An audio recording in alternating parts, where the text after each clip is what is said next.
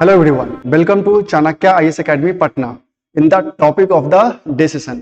आज हम अगेन दो इंपॉर्टेंट टॉपिक पे डिस्कशन करने वाले हैं इस सेशन में। So let's begin the session. First topic is related with surveillance balloon.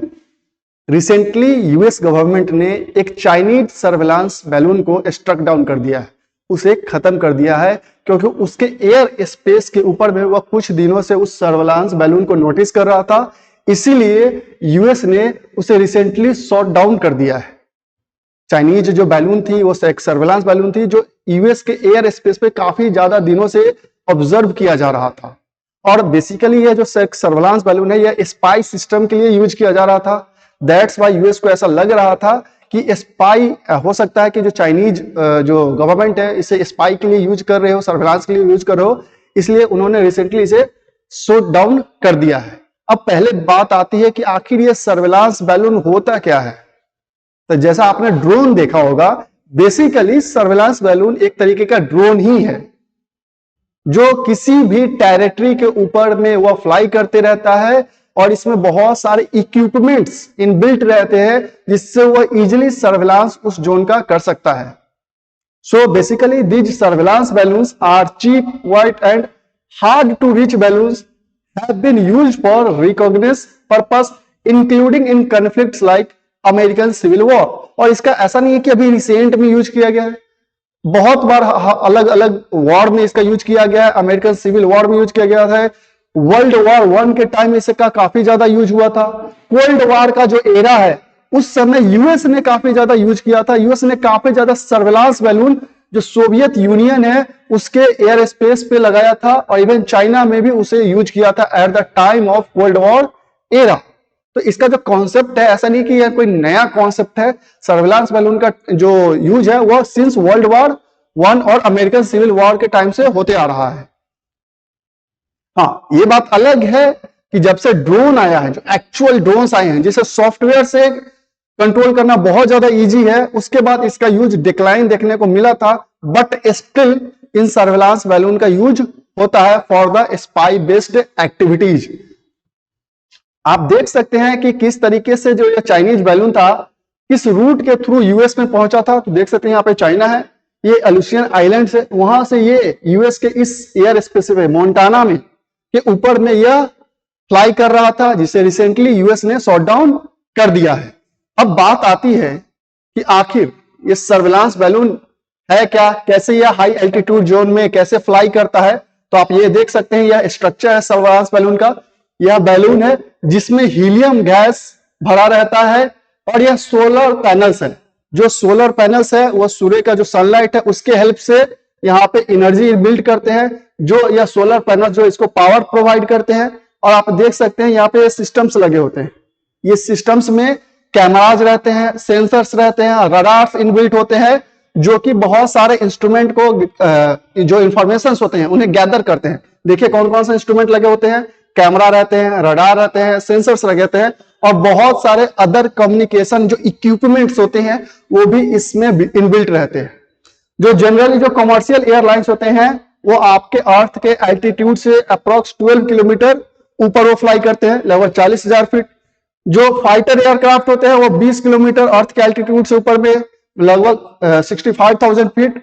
और ये जो सर्वेलांस बैलून होते हैं आप ऑब्जर्व कीजिए, यह 1,20,000 फीट से लेके 80,000 फीट, मतलब 24 किलोमीटर से लेके 37 किलोमीटर का जो रेंज है अर्थ के एटमॉस्फेयर में ऊपर में, उसमें यह सर्वेलांस बैलून फ्लाई करते हैं। मतलब यह देख सकते हैं यह स्ट्रेटोस्फीयर का जोन है जिसमें यह सर्वेलांस बैलून फ्लाई करते हैं।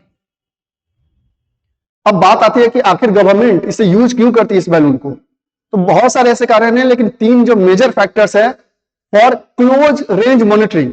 जो आपके सैटेलाइट्स होते हैं, जो स्पाई सैटेलाइट्स होते हैं, उनका हाइट काफी अधिक होता है, तो क्लोज मॉनिटरिंग उनसे ज्यादा अच्छा ये सर्वेलांस बैलून कर पाते हैं, क्योंकि इनकी हाइट कम होती है एयर स्पेस, जो उससे वो इजीली मॉनिटर कर पाते हैं।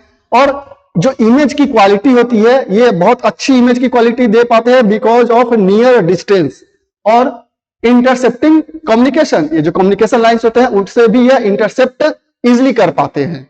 दैट्स वाई इस सर्वेलांस सिस्टम का जो सर्वेलांस बैलून है उसे काफी ज्यादा अभी भी यूज किया जाता है।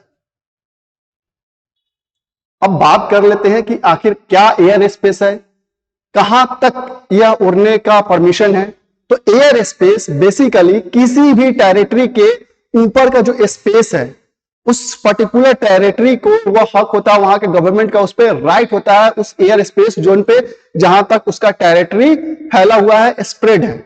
जैसे गवर्नमेंट मान लीजिए इंडिया है, और इंडिया का जहां तक टेरिटरी वह स्प्रेड है, उसके ऊपर का जो स्पेस होगा एयर स्पेस, वो इंडियन गवर्नमेंट के हैंड में होगा। लेकिन अब ऐसा नहीं है, लेकिन यह जो कंट्रोलिंग पावर है वो सिर्फ एयर स्पेस तक ही लिमिटेड है, आउटर स्पेस में नहीं। क्योंकि जो आउटर स्पेस है वह आउटर स्पेस ट्रीटी 1967 के थ्रू वह हैंडल किया जाता है। लेकिन सबसे बड़ी प्रॉब्लम यह है कि इसमें वह एल्टीट्यूड डिसाइड नहीं है कि किस हाइट तक एयर स्पेस है और किस हाइट के बाद आउटर स्पेस शुरू हो जाता है। यह डिफाइंड इस ट्रीटी में, आउटर स्पेस ट्रीटी में 1967 का जो है उसमें यह डिफाइंड नहीं किया गया है। अब बात करते हैं कि क्या प्रिंसिपल है एयर स्पेस के सोवरेनिटी का। तो एक कन्वेंशन साइन हुआ था, Paris convention on the regulation of aerial navigation 1919, and subsequently other कुछ ट्रीटीज भी साइन हुए थे जो इस एयर स्पेस के सोवरेनिटी को हैंडल करते हैं। उसमें रूल्स है उसके रिगार्डिंग। अंडर 1944 शिकागो कन्वेंशन, जो भी कंट्रीज इस शिकागो कन्वेंशन पे एग्री हैं, वो देख सकते हैं कि contracting states agree to permit aircraft registered in other contracting states engaged in commercial non-scheduled flights into their territory without prior diplomatic permission। कि दो जो कंट्री है, मान लीजिए कोई कंट्री ए है और कोई कंट्री बी है, और वो शिकागो कन्वेंशन पे एग्री है, तो बिना किसी डिप्लोमेटिक प्रायर परमिशन के उसका जो एयरक्राफ्ट है, जो कमर्शियल नॉन शेड्यूल एयरक्राफ्ट है, वो आ जा सकते हैं एक दूसरे के टेरिटरी में इन द एयर स्पेस। हालांकि ये जो शिकागो कन्वेंशन हुआ था, अब वो एक कंप्लीटली डेड लेटर बन चुका है।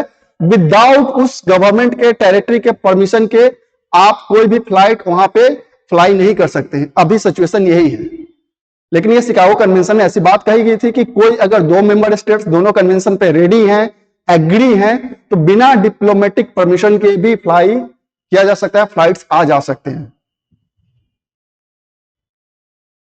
Our next news is related with recent जो टर्की में अर्थक्वेक हुआ है। काफी ज्यादा डिवास्टेशन देखने को मिला है, काफी ज्यादा लोगों की मौतें भी हुई हैं। लेकिन अभी हमें इसमें जानना है कि आखिर क्या कारण है, what is the science behind the Turkey's earthquake. क्या कारण है टर्की के अर्थक्वेक का। तो अभी देख सकते हैं इसमें लगातार काफी आफ्टर शॉक्स भी देखने को मिले हैं। लगातार जो 3 मेजर जो मैग्नीट्यूड के अर्थक्वेक नोट डाउन किए गए हैं, जो रजिस्टर हुए 7.8, 7.6 और 6.0 मैग्नीट्यूड के अर्थक्वेक्स लगातार आए हैं, और आफ्टर शॉक्स भी काफी ज्यादा आए हैं, जिससे काफी ज्यादा लोगों की कैजुअलिटीज दर्ज की गई है, काफी ज्यादा डेथें भी हुई हैं। तो सबसे पहले बात आती है कि आखिर मेजर कॉजेज क्या है टर्की के अर्थक्वेक का। तो जो रीजन है आप देख सकते हैं टर्की का, दिस रीजन जहां पे ये अर्थक्वेक स्ट्रक हुआ है वह अनाटोलिया, एक प्लेट्यू है, टेक्टोनिक ब्लॉक है, वहां पे वो सिचुएटेड है, और वो एक सेस्मिक फॉल्ट जोन है। This Anatolia is basically a seismic fault line जहां पे यह अर्थक्वेक स्ट्रक हुआ है। और ये जो जोन है अनाटोलिया का, वो काफी ज्यादा सेस्मिकली एक्टिव जोन है। अब ऐसा नहीं कि हिमालय से भी ज्यादा एक्टिव जोन है, बट एक्टिव जोन है, लेकिन हिमालय से कम एक्टिव जोन है। इसका मेजर कारण क्या है, इसके सेस्मिसिटी का, आखिर इतना ज्यादा यह इंटेंसिव क्यों है। तो यहां पे 3 प्लेट्स का सबमर्ज हो, कन्वर्ज हो रहे हैं, 3 प्लेट आपस में जाके कन्वर्ज हो रहे हैं, African plate, Eurasian plate and Arabian plates. ये तीनों प्लेट वहां पे आके आपस में कन्वर्ज हो रहे हैं।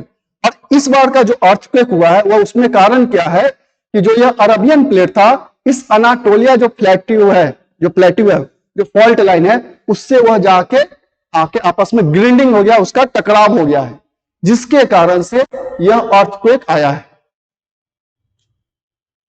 और यह जो इस बार का जो अर्थक्वेक आया है टर्की में, यह सैलो फोकस अर्थक्वेक है। एक डीप फोकस भी अर्थक्वेक होता है, जिसका मतलब जो सेंटर ओरिजिनेशन है, जो वो फोकस है जहां से वो ओरिजिनेट होता है, वो अर्थ के काफी ज्यादा डीप में होता है। सैलो फोकस अर्थक्वेक का मतलब होता है वो अर्थ के काफी जो सतह है उसके काफी पास में कहीं पे ओरिजिनेट हुआ है। तो सैलो फोकस जो अर्थक्वेक होता है वो काफी ज्यादा डिवास्टेटिंग होता है as compare to deep focus earthquake. इसी के कारण अभी टर्की में काफी ज्यादा डिवास्टेशन देखने को मिला है। आप इस फिगर में देख सकते हैं, ये टर्की का लोकेशन है। दिस इज अनाटोलिया प्लेट, और आप देख सकते हैं ये है African plate, this is Arabian plate and this is Eurasian plate.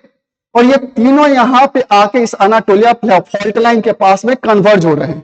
और अभी का जो सिचुएशन हुआ है उसमें यह जो अरबियन प्लेट है वह स्ट्राइक किया है इस अनाटोलिया प्लेट्यू को, जिसके कारण से यह अर्थक्वेक ओरिजिनेट हुआ है। और यह अर्थक्वेक जब ओरिजिनेट हुआ है तो यहां पे जो अर्थक्वेक इस बार का जो रेट हुआ वो काफी अर्थ के सतह के पास था, इसका फोकस पॉइंट, जिसके कारण से यहां पे डिवास्टेशन और अधिक देखने को मिला है।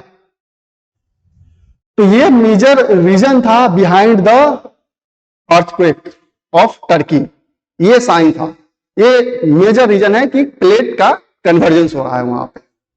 आई होप आपको ये समझ में आया होगा। So that's all for today, thank you.